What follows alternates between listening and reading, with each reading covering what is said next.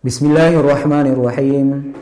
Assalamualaikum warahmatullahi wabarakatuh.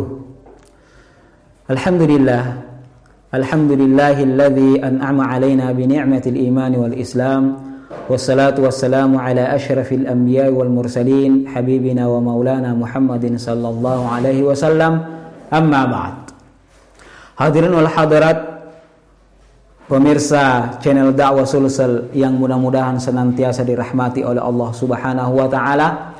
Alhamdulillah wa syukurillah, pada kesempatan ini kita kembali bertemu untuk melanjutkan kajian kita di dalam kajian Thaqafah yang insyaallah pada pertemuan kita kali ini merupakan sesi terakhir daripada kajian Thaqafah Islamiyah ini.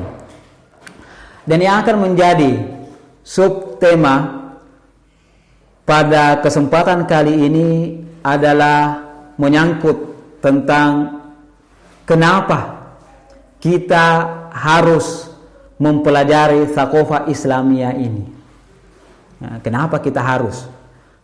Kemarin kita telah membahas bahwasanya tujuannya adalah untuk beribadah kepada Allah Subhanahu wa taala, akan tetapi tujuannya kita untuk mempelajari ini adalah untuk membentuk seorang muslim yang memiliki asy-syakhsiyah al-islamiyah, untuk membentuk seorang muslim yang memiliki kepribadian Islam yang kokoh. Sehingga apa? Sehingga apabila seseorang telah menjadi seorang pribadi muslim yang kokoh, maka dimanapun dia berada, bukan dia yang akan dipengaruhi, akan tetapi dimanapun dia berada maka dia akan mempengaruhi yang lain. Ini akan memberikan dampak yang sangat positif terhadap pribadi orang yang betul-betul telah mempelajari Thaqafah Islamiyah ini. Selanjutnya, yang menjadi Thaqafah Islamiyah kemarin setelah kita bahas adalah ada yang namanya yang sifatnya maqasid, yaitu tauhid, syariah dan akhlak. Kemudian ada yang sifatnya wasaid, yaitu untuk memberikan dukungan supaya kita dapat mempelajari, supaya kita dapat memahami ketiga hal ini secara sempurna. Maka ketiga hal inilah yang ingin dibentuk, ingin diadakan pada pribadi seorang muslim. Sehingga apa? Kapan seseorang dikatakan bahwasanya dia memiliki kepribadian yang Islam, memiliki asy-syakhsiyatul islamiyah, ketika akidahnya adalah akidah Islam, akidah Islamiyah, syariatnya adalah syariat Islamiyah, dan akhlaknya adalah akhlak yang Islami.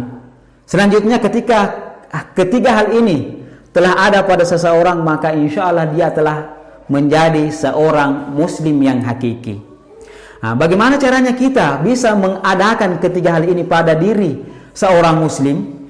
Maka ada dua hal yang harus diadakan pada seorang atau pada pribadi muslim tersebut. Yang pertama adalah dia harus memiliki pola pikir yang islami, dan yang kedua dia harus memiliki pola tingkah laku juga yang islami. Artinya apa? Artinya dia memiliki akliyah, dia memiliki pola pikir, begitu pula nafsiyah dan pola tingkah laku yang islami.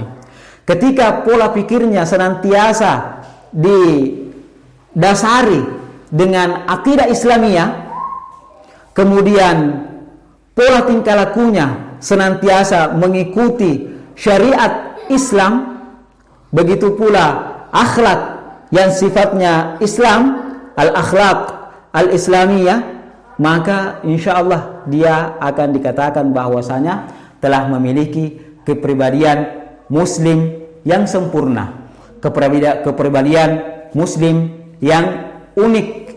Kenapa? Karena apabila seseorang melakukan sesuatu, maka background atau pola pikir yang harus mendasari perbuatan tersebut itu juga harus berdasarkan pemikiran yang islami. Sehingga apa? Sehingga semua as-thaqafah al-islamiyah yang harus dipelajari kemarin harus betul-betul menjadi mafahim, harus betul-betul menjadi mafhum, harus betul-betul dipahami oleh seorang muslim, sehingga dengan adanya dia memahami thaqafah Islamiyah ini, itu akan memberikan pengaruh terhadap sulukiannya, terhadap tingkah lakunya. Karena ada orang kita sekarang yang mana dia tahu bahwasanya hal ini merupakan hal yang benar, akan tetapi tidak mau dilaksanakan. Ada orang tahu bahwasanya ini riba adalah haram, akan tetapi ketika didapatkan dia mengatakan bahwasanya ini tidak jelas apa riba atau bukan, makanya dilaksanakan. Artinya apa? Artinya antara pola pikir dan pola tingkah laku tidak ada kesesuaian. Makanya dengan adanya kita memahami betul tentang thaqafah Islamiyah ini, pola pikir dan pola tingkah laku seseorang harus didasari daripada thaqafah Islamiyah, sehingga apa? Sehingga outputnya nantinya menjadi seorang muslim yang hakiki, seorang muslim yang memiliki ketauhidan yang mumpuni, memiliki akidah Islamiyah yang bagus, kemudian syariat Islamnya juga oke, fikihnya begitu pula, dan yang terakhir juga memiliki akhlak yang islami, sehingga dia bisa dikatakan sebagai seorang muslim yang hakiki. Makanya Rasulullah SAW mengatakan, Inna Allah la yanzur ila suwarikum wala ila ajsamikum walakin yanzur ila qulubikum wa amalikum. Allah Subhanahu wa taala tidak melihat terhadap la yanzur ila suwarikum wala ila ajsamikum, tidak melihat kepada bentuk tubuh kalian, tidak melihat kepada penampakan kalian, akan tetapi yang dilihat adalah qulubikum wa a'malikum. Akan tetapi yang dilihat adalah qulubikum, hati dan perbuatan kalian. Al-qalbu di sini oleh sebagian ulama ditafsirkan bahwasanya makna daripada al-qalbu di sini adalah al-aqlu. Karena kenapa? Karena al-qalbu memiliki banyak makna, di antara maknanya adalah al-aqlu. Artinya apa? Artinya walakin yanzuru, akan tetapi melihat terhadap pola pikir dan pola tingkah laku kalian. Walakin yanzuru ila qulubikum wa a'malikum.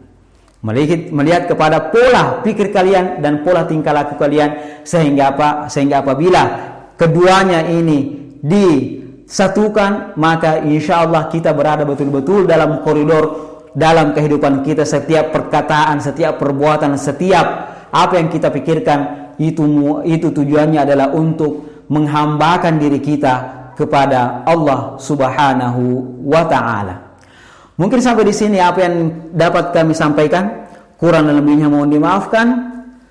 Mudah-mudahan apa yang telah kita kaji bersama mulai dari pertemuan pertama sampai pertemuan yang sekarang ini dapat memberikan sedikit pencerahan, utamanya dapat kita realisasikan di dalam kehidupan kita. Kalau bukan dalam kehidupan kita, maka kehidupan di generasi kita, ataukah di dalam kehidupan kita bagi yang telah memiliki generasi, maka kata ini belum terlambat untuk kita semua supaya kita dapat memiliki thaqafah Islamiyah yang betul-betul mapan, yang betul-betul khas, sehingga kita insyaallah akan dibentuk menjadi seseorang yang memiliki kepribadian muslim yang kokoh dan unik. Mungkin sampai di sini, kurang lebihnya mohon dimaafkan. Mari kita bersama-sama menutup kajian kita dengan membaca doa kafaratul majlis. Subhanakallah wa bihamdik, asyhadu an la ilaha illa ant, astaghfiruka wa atubu ilaik. Akhirul kalam, wallahu musta'an wa ilaihi tiklan. Assalamu alaikum warahmatullahi wabarakatuh.